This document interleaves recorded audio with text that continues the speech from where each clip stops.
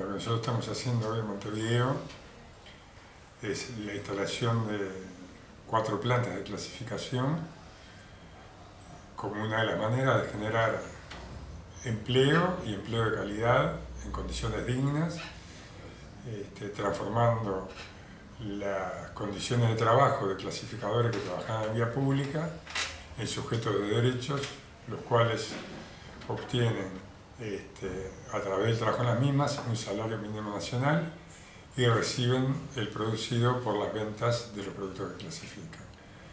Sin duda, las condiciones de trabajo no solamente están vinculadas a los beneficios de la seguridad social, sino a las condiciones del lugar donde desarrollan su tarea, tanto en la planta donde trabajan como en las instancias donde ellos tienen su vestuario, los casilleros donde guardan la ropa de trabajo y otros donde guardan la ropa con la que vienen a trabajar todos los días. Además cuentan con lavarropa, con secarropa, porque son uniformes que al trabajar con los residuos tienen un alto grado de contaminación.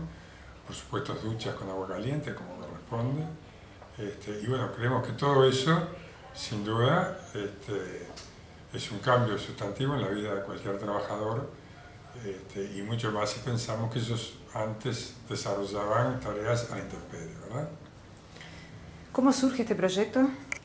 Este proyecto se enmarca dentro del plan, dentro de la ley de envases, que es una ley nacional, en el cual poco a poco las intendencias van adheriendo al mismo.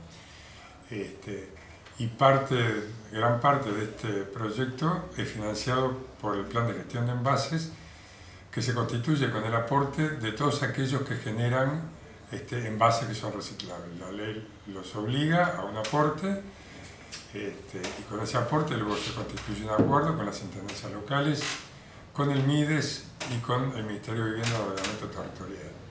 En marco de ese convenio, la intendencia además aporta los terrenos y absorbe parte del gasto que estas mismas instalaciones generan, a efectos de poder cambiar las condiciones de vida de estas personas. ¿Quiénes son los principales beneficiados? Sin duda los trabajadores, y quizás el mayor valor es que ellos en otras circunstancias siempre tenían que vender su mercadería a depósitos intermedios o a depósitos ilegales, y en este caso ellos comercializan su mercadería a través de una diversidad de ofertas que presentan los interesados en comprar. Por lo tanto, ellos eligen cuál es la mejor oferta y la que mejor sirve a sus intereses, porque no solamente ellos no solo evalúan el precio de la mercadería que venden, sino se incluyen, por ejemplo, el retiro, si eso tiene que estar enfardado o bien un recipiente que no hay que enfardar, por lo tanto también se valora la condición de trabajo.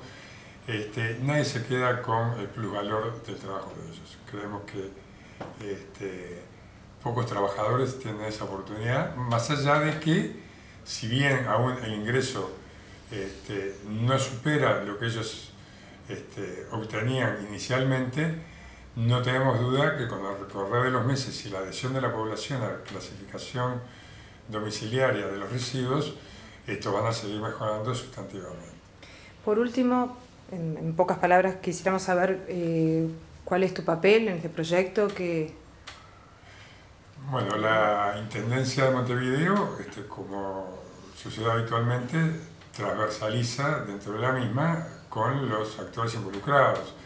Acá hay, obviamente, el Departamento de Desarrollo Ambiental, está fuertemente vinculado por los residuos, el Departamento de Desarrollo Social, porque hay gente que estaba en situación de alta vulnerabilidad, y Desarrollo Económico, que es quien viabiliza el proyecto desde el punto de vista empresarial.